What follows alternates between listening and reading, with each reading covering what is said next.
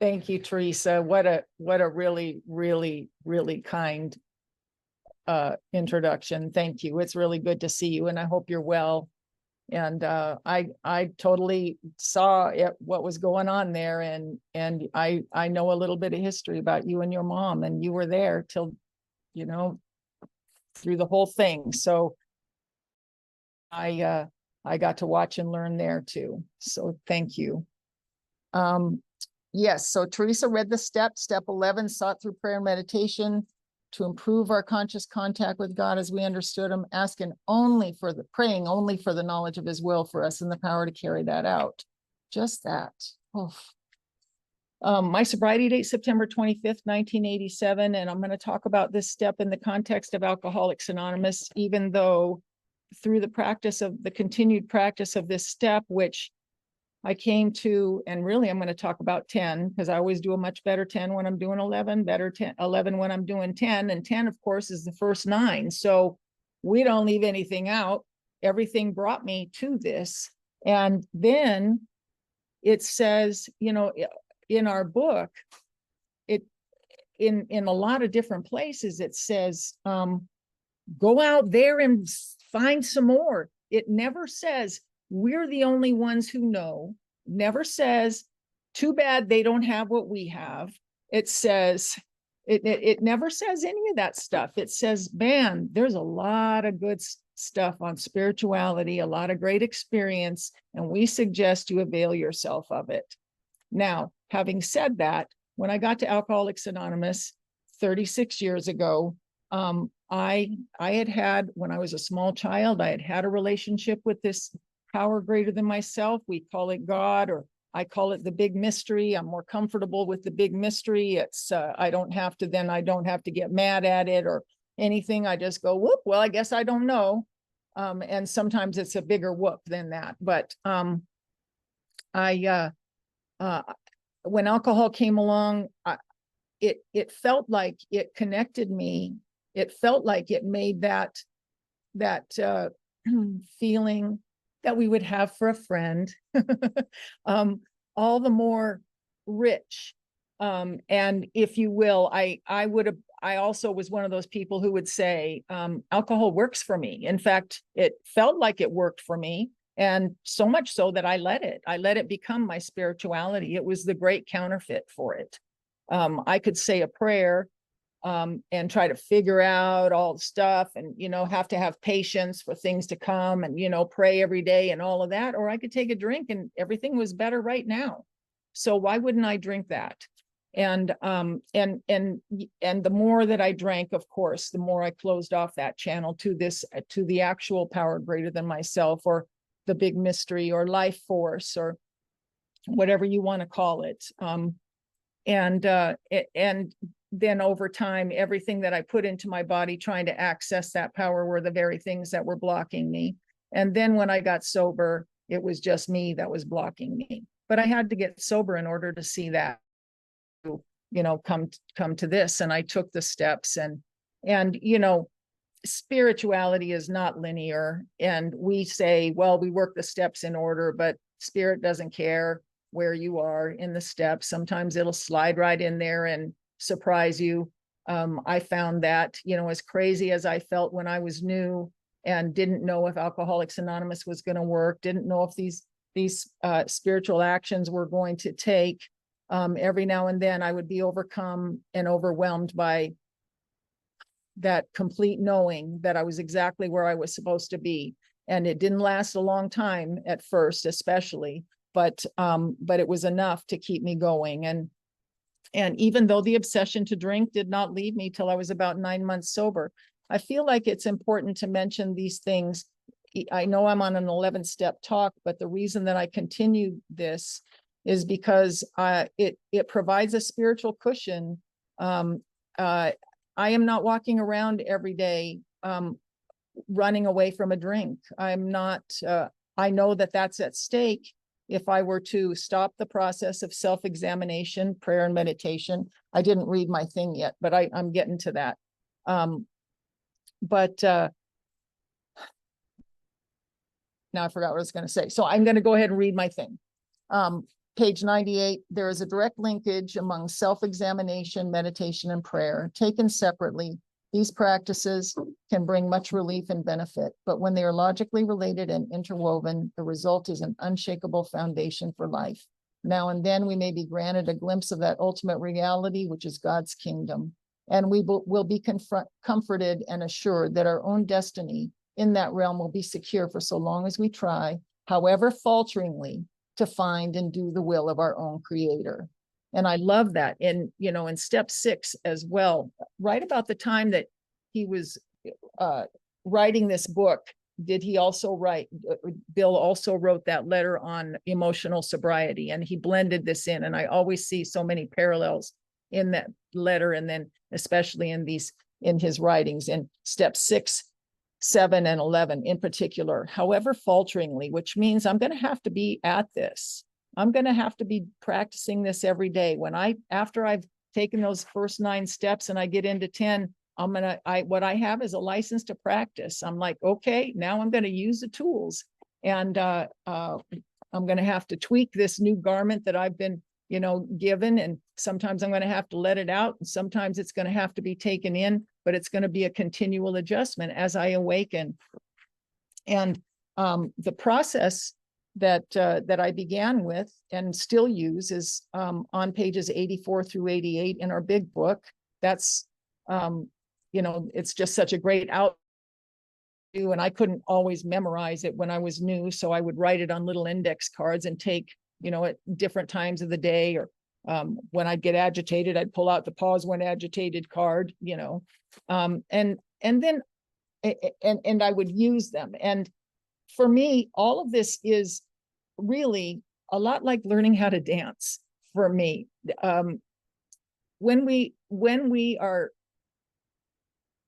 When we're learning to do any kind of dance, what do? We get up there with the teacher, and the teacher teaches us to count. And we're going 1, 2, 3, 4, 5, 6, 7, 8. 1, 2, 3, 4, 5, 6, 7, 8. And then you go, what step are you on? I don't know. I'm on the back step. What do you know? What? And we get very, very technical, and we're so cute. You can see the beginners out there. We're like 1, 2, 3, 4. Oh, I'm going to go write inventory. 1, 2, 3, 4. I'm going to go make an amends now. And do I owe an amends? And we're just all, you know, we're very sincere, and we're all in. And then after a while, before we know it, we find ourselves just doing the dance. And that's where what I get through what I got through the process of practicing what's on pages 84 through 88, not just reading them, because I found that, you know, just reading the stuff is about, you get about as nourished as if you go to a restaurant and eat the menu. You're not gonna get any nutrition there. So I had to actually start to practice it. And however falteringly, meaning I'm going to make mistakes and I'm going to look weird. And I used to love to hear Vince Yo talk, because he said, you can't be afraid to look bad in Alcoholics Anonymous. You know, we just get out there and we show our, you know, we walk around with our spiritual skirt tucked up into our pantyhose, because, you know, but we're trying. And so I love that. It says, so as long as we try, however falteringly, and some days I have some really, really magnificent times, and other days, you know, it's just like my sponsor Marguerite used to call oatmeal days. And I'm going through a thing right now where my entire experience is being shifted yet again. A lot of old ideas are being kind of dug up out of, you know, the roots and the, you know, they're being dug up to be, I don't know if they're to be examined or just let go or rearranged, but whatever is happening, it can be very uncomfortable, partly because I don't even know how to talk about it yet. Again, not just once. I mean, we say our 12 step says, having had a spiritual awakening, what are you talking about? You know, in 36 years, like many, what are we talking about when we say a surrender? Not one, not two, many, you know. One of my favorite quotes is by a woman named Paula Darcy, who says, God comes to us disguised as our lives.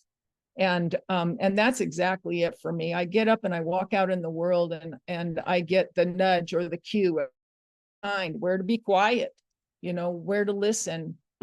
What is that I don't like there, you know, and that practice of restraint and of tongue and pen. And the reason that that I really love this too. I don't like to practice step 11 without step 10, because maybe this has happened to you, but I remember early on when I was infatuated with step 11 and just going out and, not only doing what's in the big book and the 12 and 12, but then, availing myself of all kind, taking deep dives into different spiritual traditions. And it's magnificent, right? I mean, you feel like, I felt like my feet were just flying off, just floating through life sometime, and taking care of troubles and, doing the daily work. But man, it just felt like, my head was in the clouds all the time. And then, I got a hold of that prayer that it's in one of the stories in the back of the book, where it says, when somebody is, when you have a resentment, when she had a resentment, she prayed for the person for 2 weeks. And then after a couple of weeks, the resentment was gone. She wished them everything it was she wanted for themselves, for herself. And, that would be great. And, why I started to really bring step 10 back into this is because I started hearing people say out loud what I was thinking. And that's when they'd say, oh, somebody was bugging them. And then they'll go, I'm praying for them. And where I'm going with this, like it gets to be, the spiritual pride, is the other side of this. We can get way beyond the scope of our abilities sometimes. And I started reminding myself of that. If you ever saw that show Saturday Night Live years ago, when it was really, really, really funny, and they had a character on it called Church Lady, and she knew all the sinners, I don't know if you've ever caught yourself, but I know I certainly have, when I'm walking through a meeting or a convention, or just, sitting at home having my coffee, thinking about, how they're not doing it right. And, the little sinners. And so if I run that voice and that the picture of her face through my head as those thoughts are going through, then it better dismantles it, Now, once I've come back to that format, it's on page 67 in our big book. It was the training wheels for, it's when I practice my 10th step, if I do a written, it looks just like my 4th step. But because I'm continuing to take inventory, that's why I call it my 10th step, because I'm continuing the same stuff. So, there's that place on page 66 and just in 67 where it says, though we didn't like their symptoms and the way these disturbed us, they, like ourselves, are spiritually sick. He like me, just like me. Haven't I done something like that before? Couldn't I do something like that again? Am I right now somewhere in my life? Maybe I can't see it right now because I'm so focused on watching this person do what she's doing or he's doing. I can't see yet that I'm doing that somewhere in my life. And so I'm just like you. They're spiritually sick like me.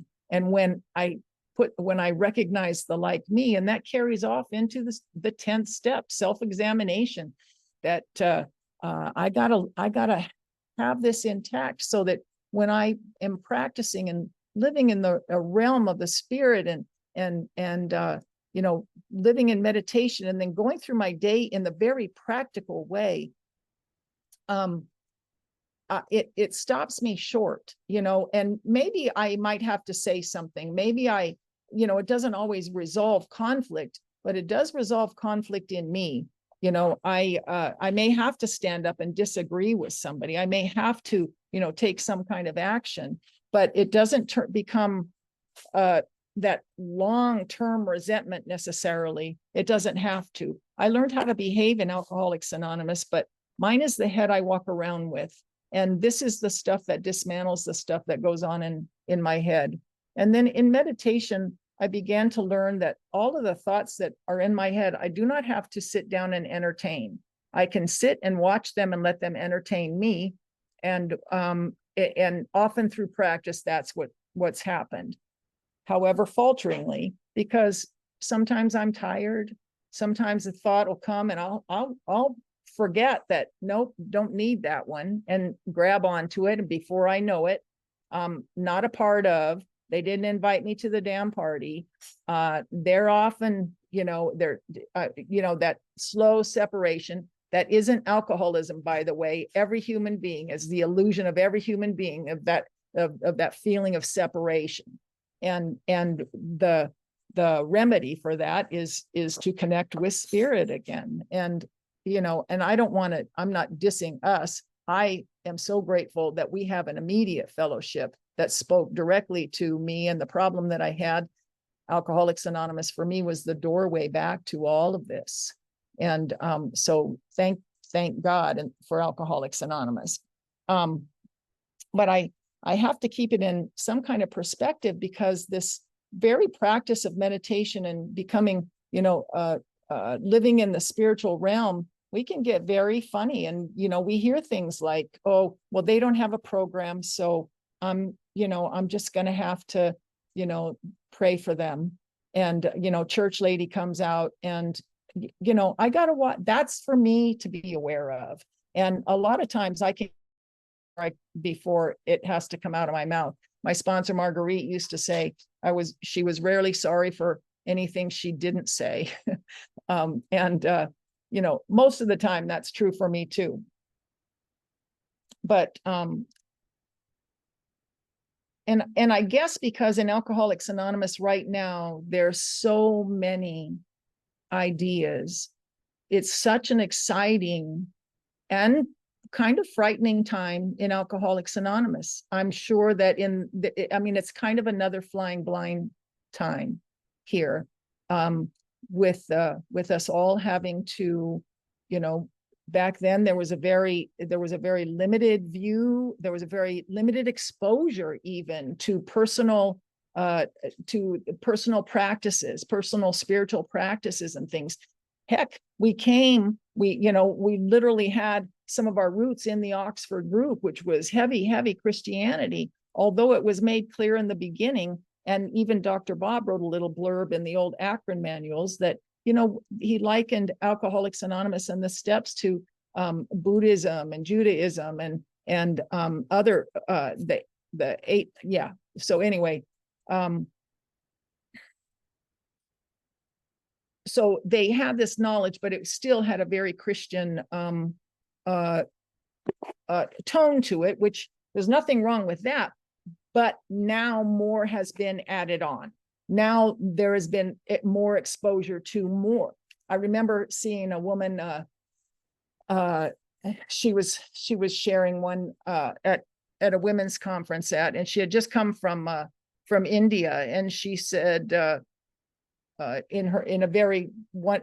she did an Indian accent very well. I'm not going to try to do it, but she said, I just came from India and I went to a lot of AA meetings over there, and I can guarantee you they're not saying the Lord's Prayer over there. I'm not trying to, you know, make this a political thing one way or the other, but what she was saying, and for me, it's true, is that more is added on.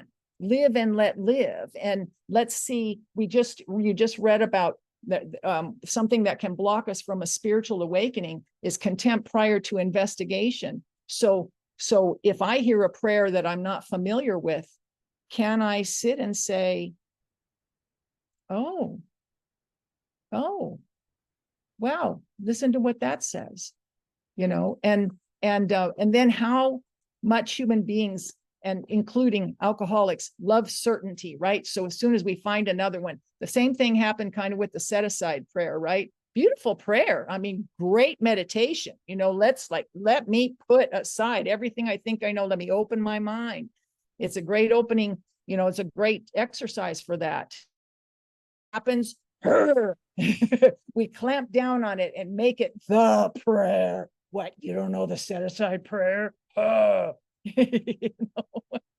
And then sinners, then the little sinners. And you know, so I just have to, and I'm talking from my point of view too. There's nothing, I have read the big book and worked the steps in self-defense, self-preservation, I have to say too. You know, I just want to be up on what you're talking about so that I can argue it too. If I can sound like a walking big book, hey, let's have at it.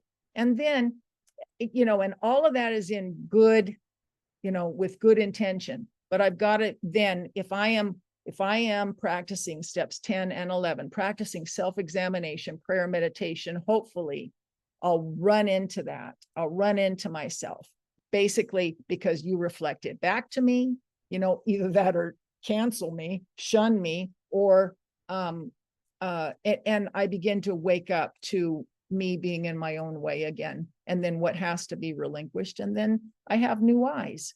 But all of that's a process. And so it's why, you know, these days, if I know how hard it is for me to just grow up and open up and not be so rigid and dogmatic, you know, in some ways.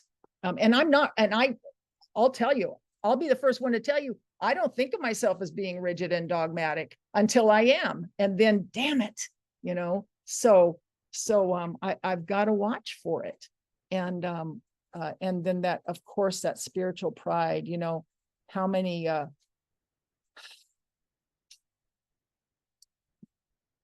sorry about that beat. That was my husband's air and he needs that. So we're going to let him have it. So where am I? I got just a few more minutes.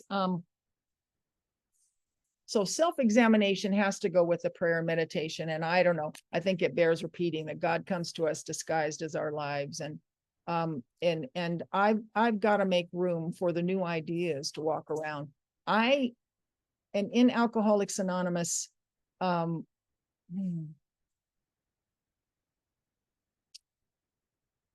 it's why when we're back to the first step, it's why I think it's so important that I understand what alcoholism is.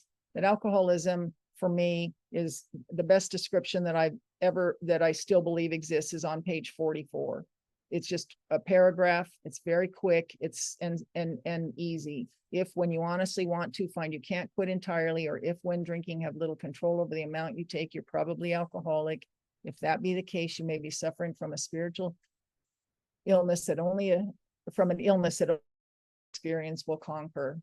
So there's a problem and the solution all at once. And I don't like to get the two mixed up, because a spiritual experience, a spiritual awakening is many times going to include some bad thoughts, bad behavior, big fear, and all of those feelings that I used to just, you know, instead of saying a prayer or meditating or helping another person, I just take a drink. So now I'm doing this. Now I'm doing this instead. And through the practice of that, eventually the obsession to drink was expelled, because I did this instead, not because I stood and said, no, no, no, don't drink.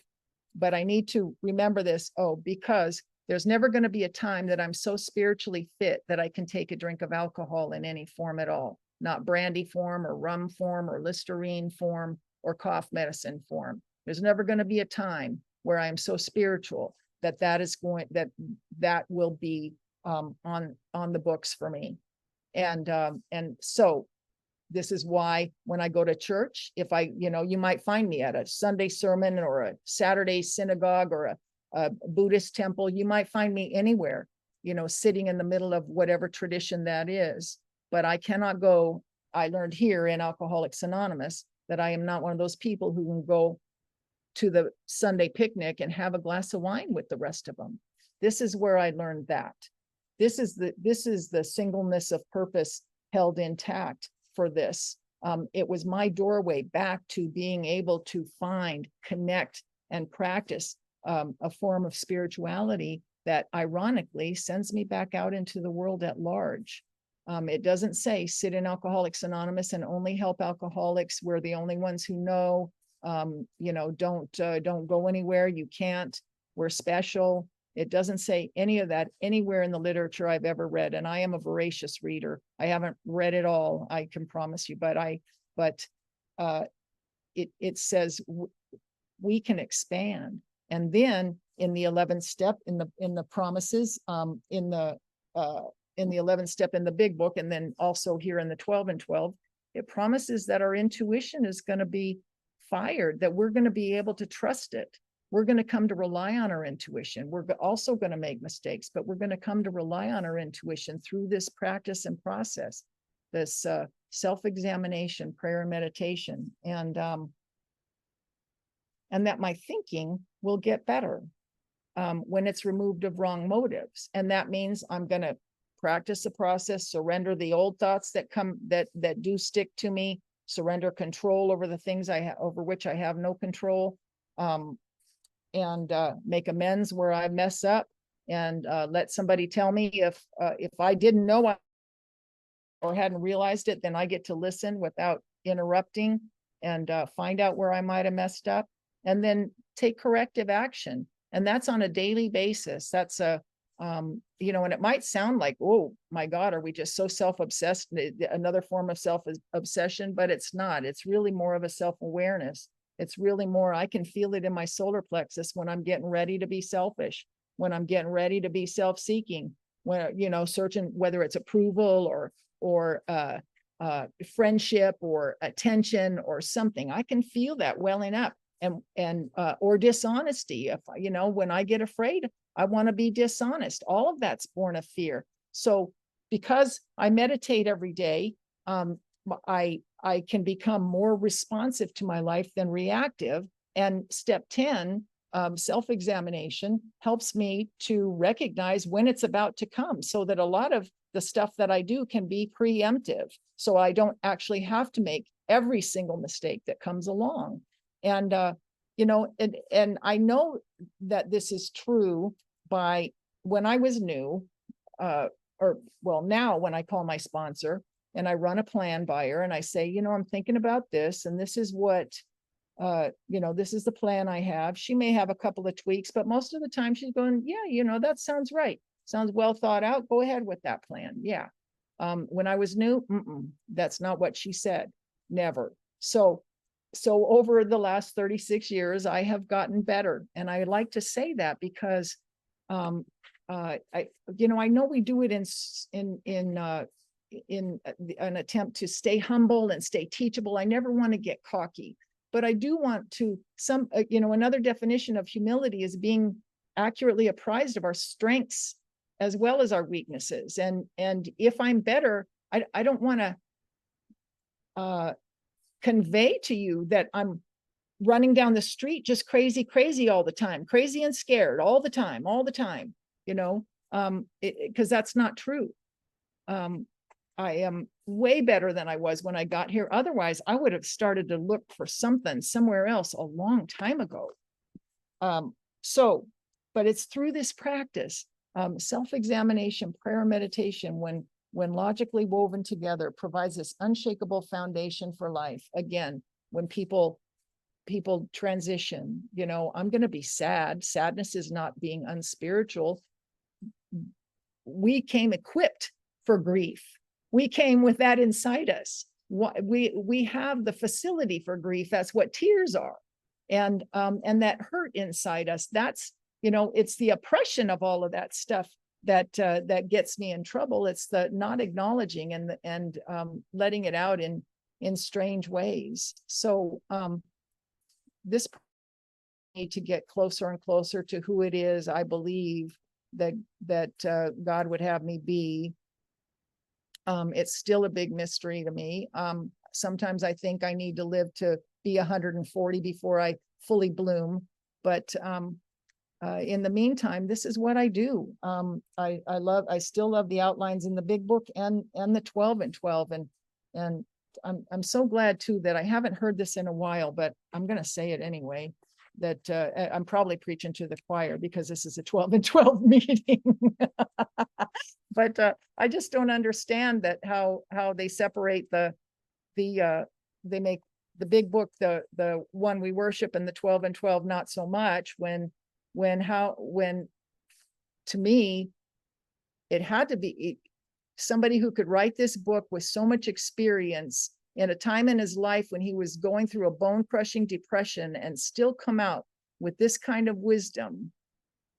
Which one is more divinely inspired? So again, if God comes to us disguised as our lives, then, and if God is everything, then wouldn't it be in this too? So rather than the either or, it's got to be this too. And in meditation, again, if I didn't say it, I am not my thoughts. They are passing through the ether. It's why sometimes I think we all think that we made stuff up, you know, like we want to credit ourselves, or thank you. We want to credit ourselves or be quoted, you know, oh, so and so said this, when yeah, and so did so and so and so and so and so and so, you know, because why? Because it's just true. So lest we get too big for our britches, and I'll just say that about me, lest I get too big for my britches, because if you continue to do that, I look at that and, you know, my friend Larry Peterson used to say, don't think that's going to look any better on you when you're doing it, and you have, and you will, and you'll do it again. So, you know, we all reflect to each other what something looks like, and hopefully we're helping each other. I'm either a very great example or a terrible warning on any given day, depending on, you know, how shored up I am. But this is the shoring up process. Again, I came to trust the process in 1 through 9, continue it in 10, grow it in 11, and share it in 12. And that's really the sum of it all for me. And I appreciate coming on. It's really good to see a lot of you. I feel very, I don't even know what the word is for this, but very comforted and joyful to be here with you guys tonight. Thank you.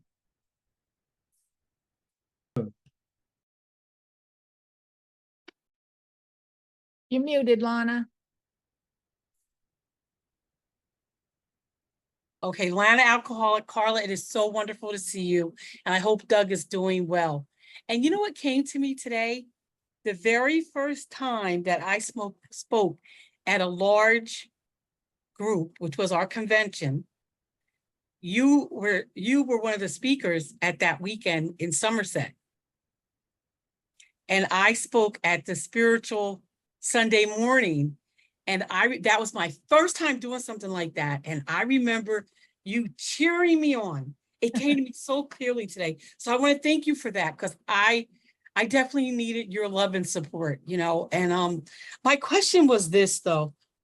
I don't know if it has to do with 11 stuff or not, but anyway, okay, so you know, we go through things in recovery, and you know, you do some writing on it and stuff. But when is it that you just have to put down the pen and paper and trust your higher power? When is that? Because I know people that will write and write and write, and I'm thinking, when do we cross the bridge and allow, you know? So that is my question, and it's so good to see you. I love you, Carla. I love you too, Lana. Oh my goodness, it's great to see you. Yeah, I know. I laugh at that a lot too, and I've done it, and it's, you know, we just get, you know, it comes from it comes from being well intentioned. You know, we want to, you know, but after a while, writing about ourselves again, you know, it's now become an exercise in self-obsession. So we're writing about me again, and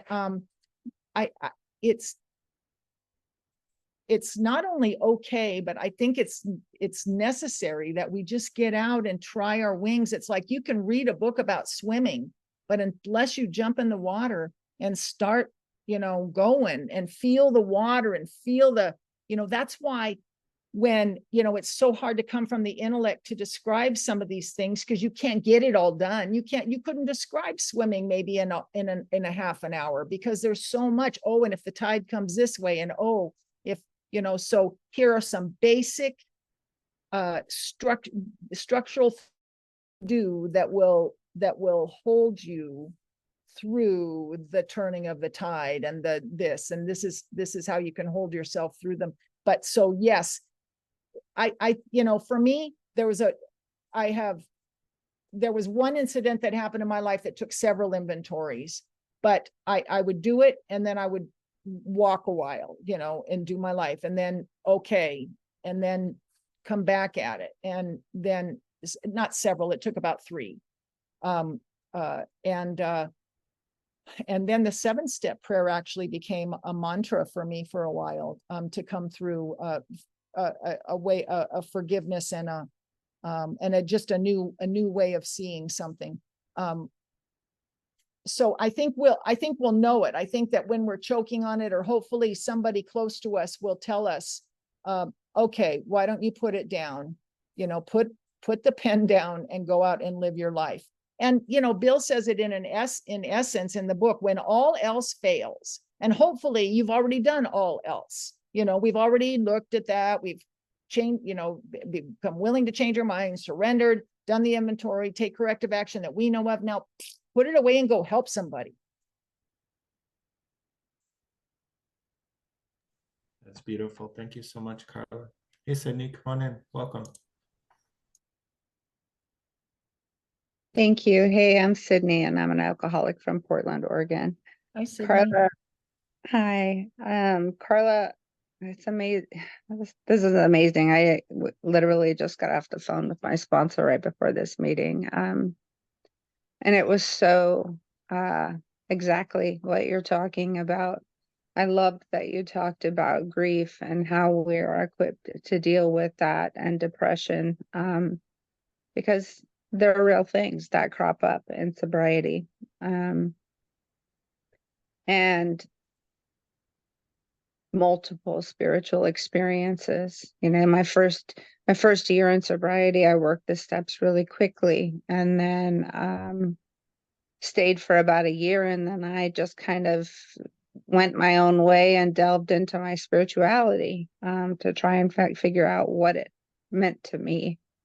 And slowly but surely, due to circumstances in my life, as God shows up as my life, I needed to come back. And so your talk meant the world to me. Thank you so much for sharing.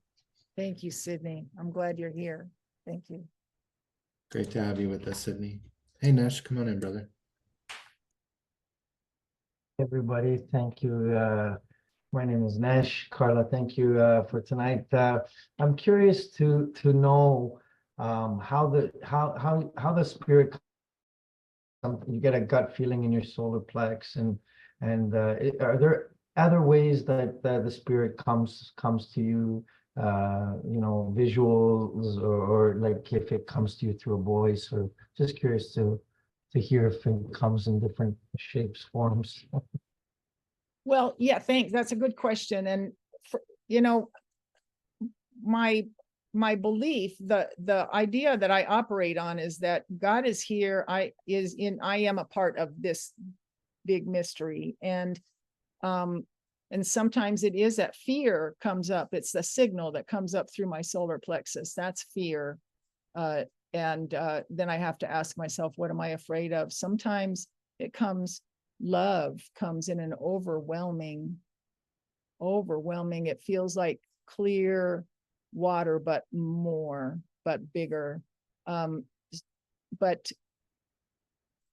my belief, like I said, is that if God is everything and I am a part of this, then God doesn't show up. I wake up, and that's the goal. That what's in the way of seeing what's already here. And usually it's me, something in me, and I'm the queen of petty, and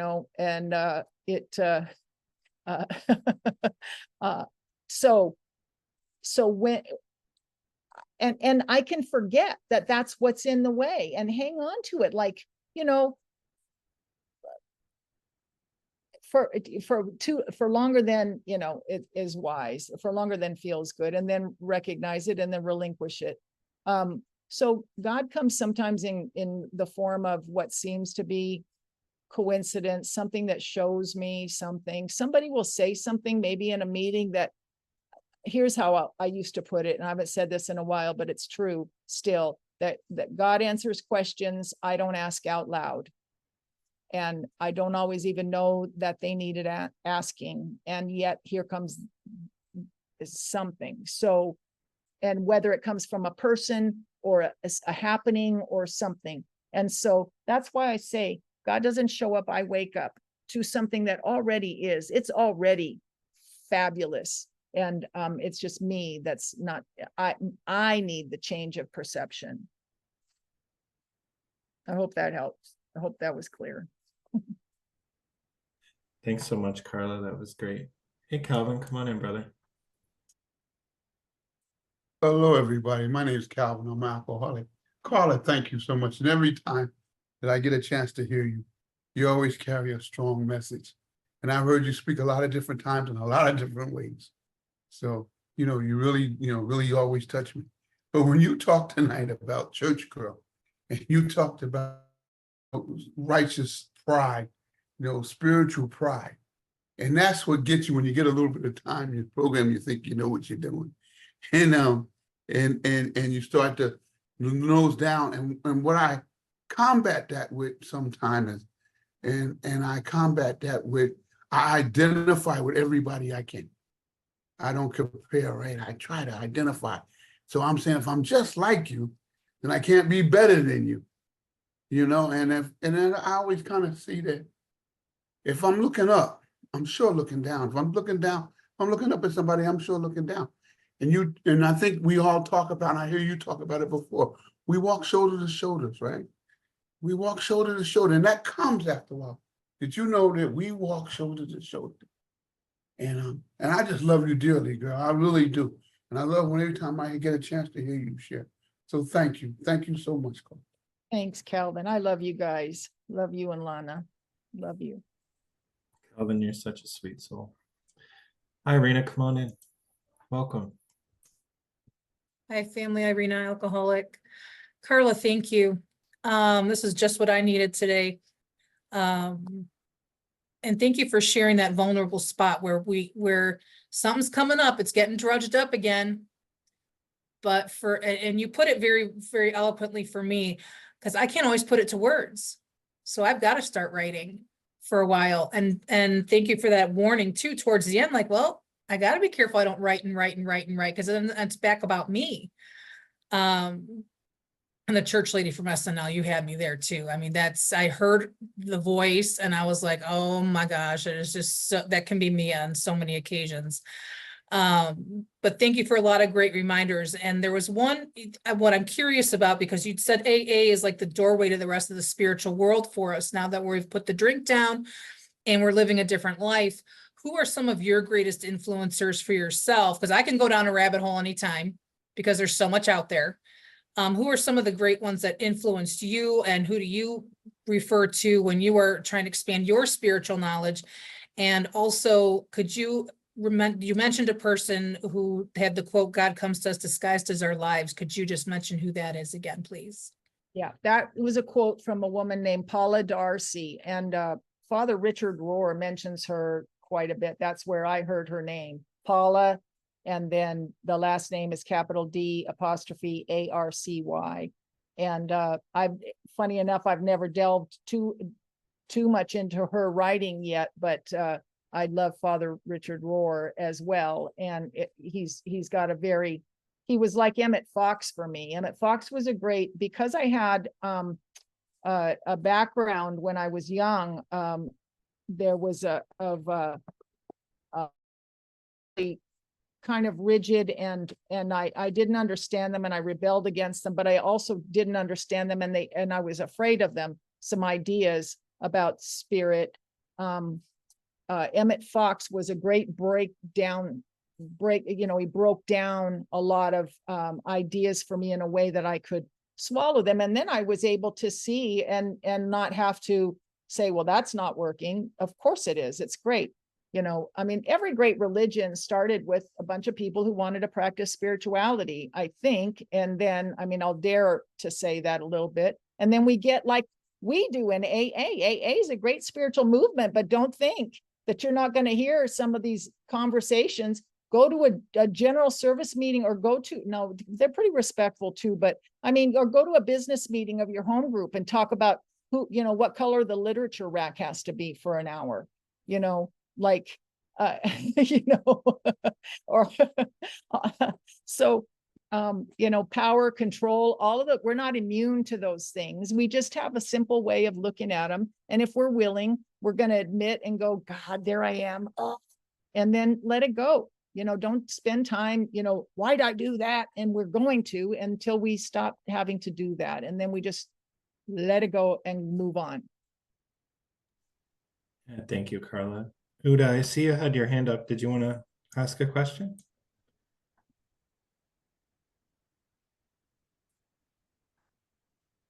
My name is Uda, and I'm an alcoholic. No, And I want to thank you so much for your presentation today. Just simply taught me from the heart. And I need to, I need to come to grips with the feeling that I grew up in many different European countries. And every time I feel this rumbling in my stomach that I did something wrong, I said something wrong, or whatever it may be, I end up saying, well, that's culturally different. And to me, is that the ego? I don't know. But I'm trying to understand why I'm using that culturally difference as an excuse to be the real spiritual Buddha. Thank you. thanks, Uda. Thank you. I just wanted to mention too, to the person who asked the question just before too, I mean, some people that really, really helped me grow that I continue to count on too. I don't want to leave them out because they're an integral part of my life today. And that's Ram Dass, Alan Watts, who has long left us a long time. I find that I'm taking any of this way too seriously. Boy, I listen to Alan Watts and man, he'll smack it down for you. And I love that, you know, he just like won't let us get used to any kind of dogma.